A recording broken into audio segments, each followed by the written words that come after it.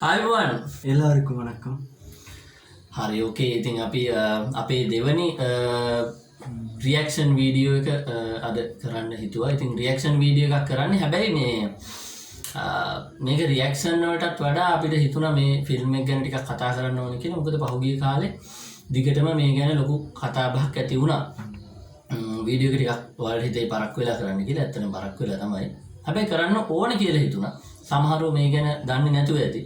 ඉතින් අපි දන්න තොරතුරු ටික ෂෙයා කරගන්න හිතුණා. ඉතින් ඔයාලත් එක්ක. ඉතින් අපි අද කතා කරන්න යන්නේ මුත්තයියා මුරලිදරන්ගේ ජීවිත කතාව ඇතුළත්ව නිර්මාණය කරන්න ලෑස්ති වෙලා තිබිච්ච 800 කියන ෆිල්ම් එක ගැන. ඉතින් ඊට කලින් චූටි දෙයක් මචං මතක් කරන්න ඕනේ. අපි අර කලින් කරපු වීඩියෝ එකේට කමෙන්ට් එකක් දාලා තිබුණා යාළුවෙක් MRS channel කියලා. ඉතින් එයා අපිට කියලා තිබුණා මේ අපි කලින් කරේ මේ මොකද්ද විජයගේ මාස්ටර් ෆිල්ම් එකේ ටීසර් එක ඔෆිෂියල් ටීසර් එක.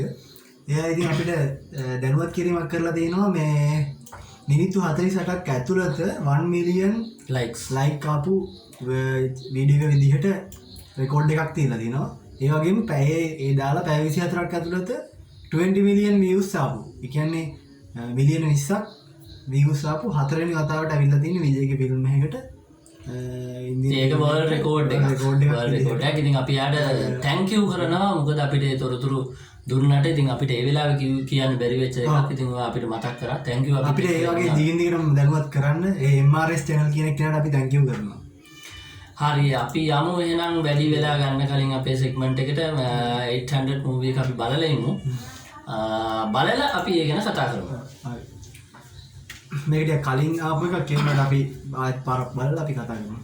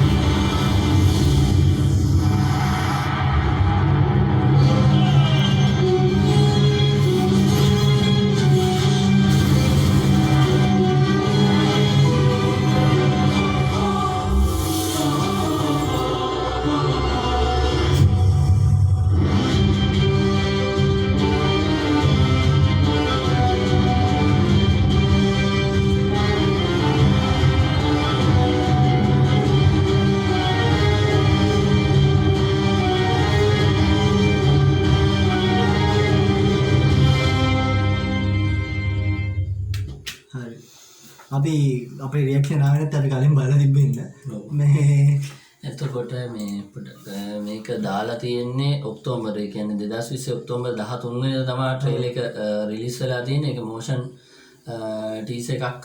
ඔව් ඒ කියන්නේ ඒගොල්ලෝගේ රූප නැතුව ඇනිමේෂන් එකක් තමයි තියෙන්නේ. ඇනිමේෂන් එකක් තියෙන්නේ. මට හිතෙන විදිහට නම් මේ ඇනිමේෂන් එකක් කරලා ඇත්තේ මේ පොඩ මිනිසුන්ගේ මතයට ඉඩ දෙන්න මොනවා කියයිද කියලා බලන්න ඉස්සෙල්ලා ෂූට් කරන්න කලින් දැන් ඇතිලා තියෙන තත්ත්වය ඔයගොල්ලෝ හොඳටම දන්නවා. අපි වීඩියෝ කරන පරක්කු හින්දා හොඳටම දන්නවා. ඒකේ ඇත්තටම රසනෙත් ගිහිල්ලා තියෙන්නේ දැන්. මේ ඒ මතේ මේගොල්ලෝ කැමතිද නැද්ද?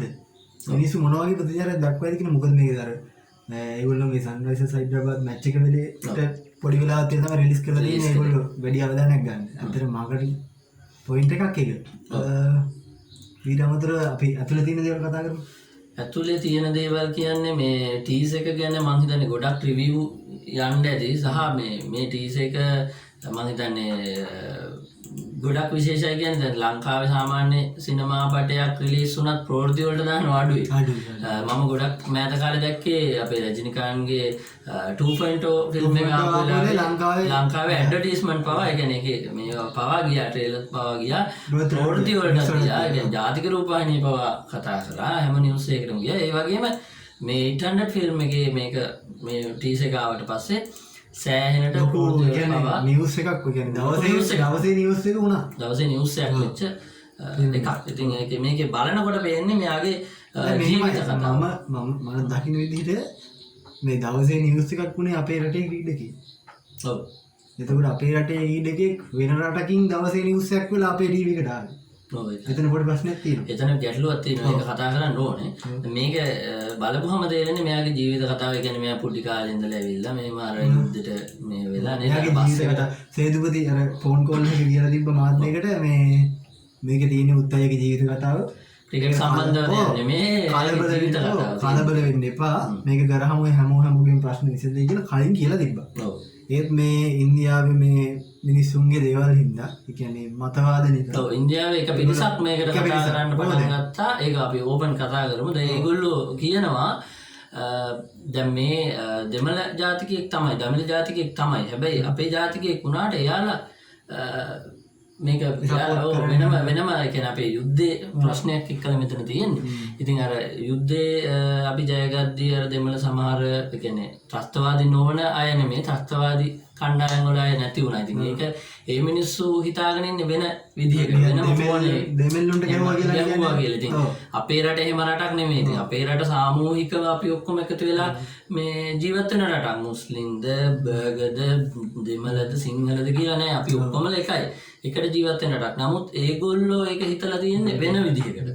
ඉතින් මේ වෙනම ප්‍රශ්නයක් හිතාගෙන ඒගොල්ලෝ ඒකට සමහරු කියනවා මේක රිලීස් වෙන එක හොඳ නෑ කියලා.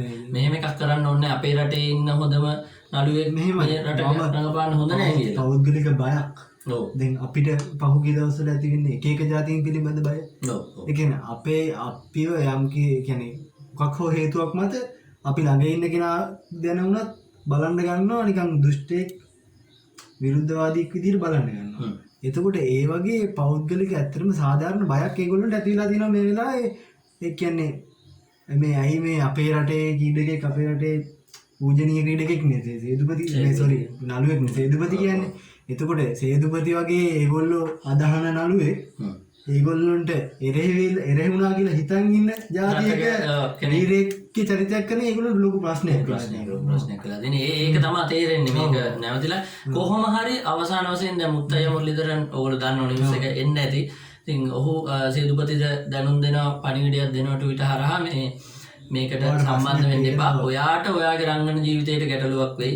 ඒ නිසා අපි මේ වැඩේ කරන්න නැතුව නවත්තමු කියලා කොහොම හරි ඒක ඕකේ වෙලා කොහොම හරි වැඩේ දැනට නැවතිලා කියලා තමයි සේදුපති කිව්වේ good bye thank you good bye කියලා. ඊට පස්සේ තමයි තීරණය කරලා තිබ්බේ අයින් වෙන්න ඕන කියලා. මේකෙන් අයින් වෙනවා මේක නවත්තනවා කියලා. එයාගේ කැරියරයකට ප්‍රශ්නයක් වෙයි කියලා.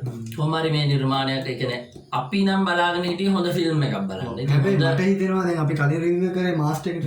මාස්ටර් එකටත් සම්බන්ධයි සේදුපති ඩිරෙක්ට්ම. ඔව්. එතකොට සේදුපතිට වෙනම බෑන් කේස් එකක් ඉනවා. ඒකේ මාස්ටර් එකෙත් මම පොඩි ගැටලුවක් කියනවා. මාස්ටර් එකේ සේදුපතිගේ මෙතන පොඩි ලපයක් තියෙනවා. ඒ ලපෙම විජයගෙත් තියෙනවා. එතකොට ඒ දෙන්න සහෝදරයෝද වගේ කියලා කතාවක් හැදිලා තියෙනවා. එතකොට විජේ සේදුපති පාවිච්චි කරන iPhone එකක්. එතකොට ඒ iPhone එක iPhone සමාගමෙන් කියලා තියෙනවා. Apple සමාගමෙන් කියලා තියෙනවලු දුෂ්ටයන්ට iPhone පාවිච්චි කරන්න බෑ කියලා. එතකොට ඒත් එක්ක සේදුපති දුෂ්ටයෙක් නෙමෙයි කියලා රැල්ලක් යනවා දැන්. එතකොට ඒගොල්ලොන්ට තේරෙනවද? ඒගොල්ලොන්ට කියන්නේ සේදුපති දුෂ්ටයෙක් කරන්න කැමතිත් නැහැ. මිනිස්සු කැමති දේ තමයි අධ්‍යක්ෂකවරු සහ පිටපත් රචකයෝ ඒ රටේ කරන්නේ. මිනිස්සු ඉල්ලන දේ. මිනිස්සු නෑ. හැබැයි කිසි මොකක් හරි හේතුවක් මත සේදුපති හෝ කවුරු හරි හෝ ඒගොල්ලෝ කියන අකමැති දේ දුන්නොත් ඒගොල්ලෝ කැමති දේ ඇත්තටම සිනමාව පිළිබඳ හරියට නොදැනීම කියන්නත් පුළුවන්. ඒගොල්ලෝගේ ආගමක් විදිහට සිනමාව තියන්නේ. ඒක ආසි අවාසි දෙකම තියෙනවා. මේක අපේ රට පැත්තෙන් ගත්තොත් අපිට හිතන්නවත් බැරි හිතන්න පුළුවන්.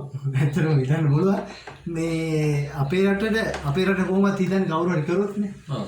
දැන් අපි උනා සාමාන්‍ය අපේ හැටිද මන්ද જાතියේ අපිටත් කවුරු හරි කරොත් නේ හිතෙන්නේ. දැන් අපි හිතන්නකො අපි මොකක් හරි අඳුමක් ගන්න උනත් කවුරු හරි කෙනෙක් කැඳන් යනවා දැක්කොත් නේ අපිට ඒක ගන්න ඕනේ කියලා හිතෙන්නේ. අපිට මුල ඉඳලා හිතෙන්නේ නැහැ නේද? එහෙම හිතෙන්නේ. එතකොට ඒක අපේ හැටියක්ද මන්ද? හැබැයි මේක දැකලවත් හිතුනොත් හොඳයි කියලා හිතනවා කාට හරි මේ කරන්නේ. ලංකාවේ දැන් මටත් තියෙන ගැටලුවක් තමයි මෙතන මේ දැන් ප්‍රේක්ෂකයෝ විදිහට දැන් ඔයාලට මේ ප්‍රශ්නේ තියෙන්නේ අපි සිනමාවට ආදරය කරන දැන් මේ ගියා මාරුවකට නෙමෙයි මේ channel එකක් කරන්නේ. ඇත්තටම සිනමාවට තියෙන උණට ලංකාවේ සිනමාවට තියෙන උණට ෆිල්ම් බලන්න තියෙන කැමැත්තට ඒකයි මේ මෙහෙම channel එකක් කරගෙන ඔයාලටත් අපි දන්න දේකුත් කියාගෙන මෙහෙම එකක් කරන්න. ඉතින් දැන් ලංකාවේ මෙහෙම හොඳ ක්‍රීඩකයෝ තව එක එක අපිට ගන්න පුළුවන් උඩුප්පල ගන්න පුළුවන් හොඳ ප්ලොට් හොඳ කතාවල් තියාගෙන ඇයි ඒවා පාවිච්චි කරන්නේ නැත්තේ ලංකාවේ සිනමාවේ ඉන්න කට්ටිය එහෙම නැත්නම් අධ්‍යක්ෂකවරු තිරපිටපත් ලියන අය ඇයි මේ පැත්තට යන්නේ නැති වෙන රටකින් ඇවිල්ලා අපේ කෙනෙක්ගේ එකක් කරනකන් ඇයි අපි බලන් ඉන්නේ ඒක ප්‍රශ්න තියෙනවා සාධාරණ විසඳුම් තියෙනවා සාධාරණ උත්තර තියෙනවා ඒවට ඉතින් ගොඩක් පහුගිරිය අපි දැක්කනේ දාලා තියෙනවා ඒ කියන්නේ ඒගොල්ලෝ දැන් කියන්නේ ප්‍රේක්ෂකයෝ මදි හෝල් වලට එනවාදී හෝල් අප්ඩේට් වෙලා නැහැ එතකොට මේ ෆෝල් ෆිල්ම් එකක් දාපුවාම හෝල් එකට එන පිරිස අති සීමිතයි කපල් ටික විතරයි එන්නේ එතකොට මේ අපිට මේ රටේ මේ ප්ලොට් එක කරත් ඒ ප්ලොට් එක පච වෙනවා විතරයි වගේ එකක් තියෙනවා මට එතකොට ප්‍රශ්නයක් තියෙනවා දැන් සාමාන්‍ය අපි හිතමුකෝ ලංකාවේ හොඳ ෆිල්ම් කරන අපේ ඩිරෙක්ටර්ස්ලා ඉන්නවනේ දැන් අපි උදාහරණයකට ගමු නෑ කියන්න ඕනේ සුනිල් ආරියරත්න සර් එතකොට දැන් සර්ගේ ෆිල්ම් එකක් කරපුවාම ලංකාවේ ක්‍රවුඩ් එක වැඩිපුර බලනවා ඇයි එතකොට එහෙම වැඩිපුර බලන්නේ නේද දැන් ඔහු කරන නිර්මාණය ලංකාවේ කට්ටියට ඕකේ කියනවා හරි එතකොට සාමාන්‍යයෙන් සර්ව උදාහරණයකට ගත්තේ මේ ඔහු කරන නිර්මාණ ගොඩක් අය බලනවා ගොඩක් අය බලනවා හරි තව ඒ වගේ කියන්න ඕනේ නම් තියෙන ඕන තරම් එතකොට මේ දැන් සිනමාව ලෝලින් ලංකාවේ නැහැ කියන්න බෑ ලංකාවේ සිනමා ලෝලින් සාමාන්‍යයෙන් අපි මේව කරගෙන තියෙන ලක්ෂ 2යි ඉන්නේ කියලා. හැබැයි මේ පිටරටින් මේ ඇවෙන්ජර්ස් ආපුවා ඒ ක්‍රවුඩ් එක ලක්ෂ 10ක් වෙනවා. ලක්ෂ 10කට එහා පැත්තට යන. එතකොට මේ ලක්ෂ 10ට එහා පැත්තේ මිනිස්සු ඒගොල්ලන්ගේ ඔළුවට ඉල්ලපු ෆිල්ම් එක තමයි ඒ ඇවිත් තියෙන්නේ.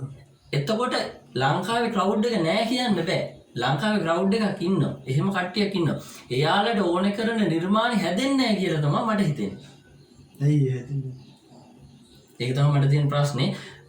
තාක්ෂණික දැනුම නැහැ කියන්න බෑ. ලංකාවේ තාක්ෂණික දැනුම තියෙන අය ඕන තරම් ඉන්නවා. එතකොට මේ මුදල් වියදම් කරන්න පුළුවන් අය ඉන්නවා. එතකොට හෝල් වල අඩුපාඩු තියෙනවා. නමුත් ඒ හෝල් වලට ගිහිල්ලා බලන මිනිස්සු ඉන්නවා. එතකොට ලෝ බජට් එකෙන් ලංකාවේ මිනිස්සුන්ට ගැළපෙන දෙයක් දෙන්න පුළුවන්කම තියෙන්න ඕන. මොකද ලංකාවේ සිනමාව හැදෑරීම අතින් ඉතාම උසස් තැනක ඉන්නවා. මම දන්න විදිහට. එතකොට එච්චර උසස් සිනමාවක් කර්මාන්තයක් තියෙන රටක මේක දැන් පල්ලෙහාට ඇවිල්ලා තියෙනවා කියලා තමයි මගේ අදහස. අපි ආයෙ මුත් ඒක ෆිල්ම් එක පැත්තේ ෆිල්ම් එකට යමු. 800 දැන් මේක පිළිබඳ දැන් මේක මිනිස්සුන්ගේ ප්‍රශ්නයක් මේක එනවද නැද්ද කියන්නේ. ඒක හෙලිවල තාම නිල තොරතුරු අපිට ඇවිල්ලා නැහැ මේ කෙරෙනවද නැද්ද කියලා. ඒ කෙරෙන්න තිබ්බේ ලංකාවේ ෂූටින් කෙරෙන්න තිබ්බා. ඒ හින්දා අනිවාර්යෙන් කෙරෙනවා නම් ජනවාරි මාසේ තමයි කරන්න හිටියේ.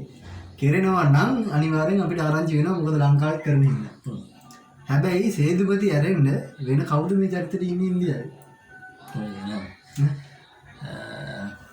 අනේ මට හිතා ගන්න බැහැ කවදාද කියලා. සේදුපති ආරෙන්න වෙන කවුද මේ චරිතෙට ඉන්නේ ලංකාවේ? ලංකාවේ දක්ෂ නළුවෙක් හරි හිතන්නකෝ ඔයා මේකේ ඩිරෙක්ටර් කියලා ඉමේජින් කරන්නකෝ. ඔයාලා දැන් බජට් එකක් තියෙනවා. ඔයාලා ෆේමස් වෙලා මාතෘකාව ෆේමස් වෙලා. ඔයා මේක අතාරිනවද? නැත්නම් මේකට විසඳුමක් හොයන්න. නෑ ඔයා දීපු එක මං අතාරිනවා මගේ ප්‍රේක්ෂකයන්ට. පල්ලෙන් කමෙන්ට් එකක් දාන්න. කවුද මේකට ලංකාවේ කරනවා නම් සුදුසු නළුවා කියලා. හරිනේ? ඔව්. මගේ ඒක එහෙම දුන්නා. හරි. ලංකාවේ ඉන්නවද? ඔව් ලංකාවේ ඉන්නවද? කවුද ඉන්නේ? කවුද ඉන්නේ කියලා අපි කමෙන්ට් එකක් ආව එකක් මං වාට කමෙන්ට් එක කියපින්ද. රයිට්. එහෙනම් අපි ඔයාලා කමෙන්ට් එක දැම්මට පස්සේ අපි ඊළඟ වීඩියෝ එකේ කියන්න කවුද කියලා. මගේ අදහස. රයිට්. ඔයාට මම ඊයක් දෙන්න ළඟම එක්කනේ. අඳුරන එක්කනේ. හරි. ඒ ගියති. හරි ඒක පස්සේ දෙන්න. හරි. මේ මං හිතන්නේ අපි දැන් මේ ඒ කියන්නේ මට ID එකක් තියෙනවා අපේ වැඩ ඉන්නවා කියලා. ඒ ඇදිනේ. අපේ සුප්‍රසිද්ධ කෙනෙක් ඉන්නවා. අපි සාමාන්‍ය මචං මේ වීඩියෝ එකක් කරන්න ගියාම ඔන්න ඇහෙන සද්ද. චුම්පා. චුම්පා. ඒක සාමාන්‍ය සාම්ප්‍රදායික බේසික් එකක් ලංකාවේ ඕන වීඩියෝ එකක් කරන්න ගියාම චුම්පාකාරී කරනවා. ඔය සාමාන්‍ය ඔයාලා දන්නවනේ. හරි. චුම්පා ඉතින්. ඉතින් අපි මේ වීඩියෝ එක ඩේටා කපාගෙන මොකද බලන්නේ දැන්. නෑ මං කියන්නේ අන්තිමට මේ ලංකාවේ මේ වැඩෝ ඉන්නවා. නළුවෝ සහ මේ කියන්නේ මාවල් එකේ වැඩ කරන අයත් ඉන්නවා ලංකාවේ. එතකොට ඒ කියන්නේ ඇයි මට තේරෙන්නේ නැහැ. සමහර විට ඒගොල්ලන්ට ආදායම ඒගොල්ලෝගේ දැනුම හැටියට ආදායම වැඩි හින්දා ඒ වගේ තැන් වලට යන්න ඒගොල්ලෝ ආදරණ යති බලපන්. ඒ වුණාට ඒ වගේ දැනකට ගියත් ලංකාවේ දැන් ඇයි මේ අපේ දේ හදන්න ඕනේ කියලා එකක් මොකක් හරි එකක් අනේ මන්ද මට නම් එනවා මම දන්න චුට්ටක් හරි කාට හරි කියලා දෙන්න ඕනේ කියලා එකක්.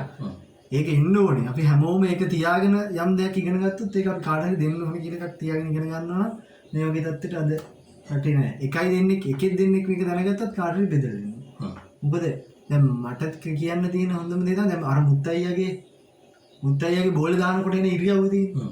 ඒක කරලා දෙන්න නැද්ද? ඒ පණේ කරන්නේ. හරි අන්න ඒක ගන්න බෑනේ මට ඒක ගන්න පුළුවන් අය ඉන්නවා ළඟාව ඔව් ඒ ළඟාව ඔව් ඇවිල්ලා තියෙනවා මෙතන මොකක්ද තියෙනවා ටෙම්ප්ලේට් එක ගිහිල්ලා තියෙන්නේ මෙහෙමයි මේ අර මුත්තයි හැම කරකවනකොට අර ටේලර් නාස්තුල තියෙන මෙතන වගේ අත කරගන්න ඔව් ඒ කියන්න හිතෙන්නෙත් නැහැ දැන් ඒ වගේ ඒ යන ඇක්ෂන් එක පොඩ්ඩක් මතක් කරලා බලන්න ඒකේ එන්නේ නැද්ද වල මතක් වෙන්නේ නැද්ද කියන්නේ මතක් වෙන්නේ නැද්ද හරි අපේ කටින් කියන්නේ කිව්වා හරි ඕගොල්ලන්ට එහෙම මතක් වෙනවා පොඩ්ඩක් ඒ තැන බලන්න මේගොල්ලෝ ඒ ඉරියව් ගන්න පුළුවන් කෙනෙක් ලංකාවේ ඉන්නවා හරි එතකොට පුළුවන් නම් කියන්න කවුද කියලා ගෙස් කරන්න රයිට් ඒත් ඉතින් මොකක් වෙයිද දන්නේ අපේ කෙනෙක් ගන්න කැමති වෙයිද දන්නේ නැහැ මොකද විදේශ දුක වෙලා තියෙන මේකේ මාකටිං අල්ලන්නත් එක්කනේ එයා ෆේමස් වෙන්නත් එක්කනේ හරි අපි බලමු මේක ඒද නැද්ද කියලා ඒත් එක්කම මේකට සමගාමීව වේලුපිල්ලේ ප්‍රභාකරන්ගේ ජීවිත කතාව අල්ලලා ෆිල්ම් එකක් නිර්මාණය වෙන්න පෝස්ටර් එකක් රිලීස් කරලා තිබ්බා බොබී සිම්හාගේ ඔෆිෂියල් Facebook page එකේ. හැබැයි අපේ කට්ටියගේ මොනවද කියන්නේ ආයුධ සන්නද්ධ පහර දීමින්දා ඒක ඒගොල්ලෝ අකුල ගත්තා. අකුල ගත්තා කියන්නේ රිපෝට් වෙලා සෑහෙන රිපෝට් වෙලා අර හාහාරියක් දාලා ලක්ෂ ගාණක් මගේ අදහස කියන්නම් ඒකට හාහාරියක් ලක්ෂ ගාණක් තිබ්බා ලයිට් තිබ්බේ 5000යි දුවේද මම යනකොට 2000 ගාණක් දුවේ තිබ්බ ඉස්සෙල්ලාම මම මොකුත් රියැක්ට් කරේ නෑ මේ තත්ත්වය බලාගෙන හිටියා එතකොට පස්සේ බලනකොට මේක නොටිෆිකේෂන් එන්න ආතල් සමහර කට්ටිය ඒක ඇතුලේ වෙන වෙන වැඩක් කරනවා නේද ඉඩ විකුණ ගන්නවා වගේ වැඩක් කරනවා අපේ හැටිනේ එතකොට මේ මොනවා වුණත් ඒගොල්ලෝගේ එක අප් වුණා ඒගොල්ලෝ එහෙම එකක් එනවා කියලා මිනිස්සු දැනගත්තා හැබැයි ඔය පෝස්ටර් එකේ අවුරුදු 2කට විතර කලින් රිලීස් වෙච්ච එකක් මගේ ෆෝන් එකේ තිබ්බා එතකොට ඒගොල්ලෝ මේක මාකටිං වෙලාවක් මේක මේ මාකට් වෙලා මේ ගැන කතා ඉන්දියාව ශ්‍රී ලංකාව ගැන කතා වෙනවා කියලා දැනගෙන මේ වෙලාවේ දාපු එකක් ඒකේ හොඳ මාකටිං වැඩක් හොඳට මාකට් වුණා වැඩි. දැන් ආවත් නැතත් ඒක මාකට් වුණා. හැබැයි මේක මේ වෙලාවේ රිලීස් වුණොත් අපි ප්‍රභාකරන් ෆිල්ම් එක ගැන ඊළඟ පාර කතා කරමු. මොකද්ද ඒකට අපි දෙන්නගේ අදහස? ඒක හොඳයිද නරකයිද? නැත්තම් එන්න ඕනේද එන්න ඕනේ නැද්ද කියන එක සම්බන්ධයි. රයිට් ඊට කලින් මොකක් හරි හදිස්සියට එලක් આવොත් අපි එනවා ඔයාලා හම්බෙන්න. එහෙනම් අදට අපි ගිහිල්ලා එන්නම් ඊළඟ පාර අපි කතා කරනවා වේලුපුල්ලේ ප්‍රභාකරන් ගැන. අනික මේකයි මේ මුත්තයිගේ ෆිල්ම් එකේ ස්ක්‍රිප්ට් එක ස්ක්‍රීන් ප්ලේ එකට සම්බන්ධව තිබ්බ ශ්‍රී ලාංකික කෙනෙක්. මට නම මතක නැහැ. ශ්‍රී ලාංකික කෙනෙක් බලන කට්ටිය වුණ තරම් දන්නවා නම. එතකොට අපේ අය ෆේමස් වෙන්න තිබ්බ ඉඩක් ඒක. අපේ අයගේ නම ජාත්‍යන්තරයට යන්න තිබ්බ ඉඩක් ඒක. ඒක නැති උනේ එහෙම එකක්. කාගේ හරි පිරිසකගේ අන්තවාදී මතයක් හින්දා බොරු හෝ හරි හෝ වැරදි මතයක් හින්දා අපේ කෙනෙක්ට යන්න තිබ්බ එකම chance එකක් වගේ ජාත්‍යන්තරයට නැති අපේ කෙනෙක් නෙමෙයි තව සම්බන්ධ ඒ කියන්නේ ලංකාවේ ආටිස්ලා පව රංගපාන්න හිටියා. ඒ කියන්නේ සේදුපති අස්සෙන් රංගපාන්න ලංකාවේ මිනිස්සුන්ට හැකියාව තිබ්බ තැන. මටත් කතා කරා. ඔව් කට් කරන්න මන්නේ. අපි ගිහිල්ලා එන්න. අපි එන ලබන පාර හම්බෙමු. බලන්න ප්‍රභාකරන් එක්ක අපි එනවා. අපි එනවා ඊට කලින් ට්‍රේලර් ආවෙ නැත්තම් එහෙනම් ලයික් කරන්න ෂෙයා කරන්න කමෙන්ට් කරන්න අපිට කියන්න කවුද ලංකාවේ සුදුසු මේ චරිතෙට දාන්න ඉන්න කෙනා කියලා. එහෙනම් ගිහිල්ලා නම් ජය වේවා. අරයට මේකත් මේ කෝල් එකක් දීලා වෙන් කරගන්න. ප්‍රභාකරන් අපි යම්මල්ලිය කට් කරනවා.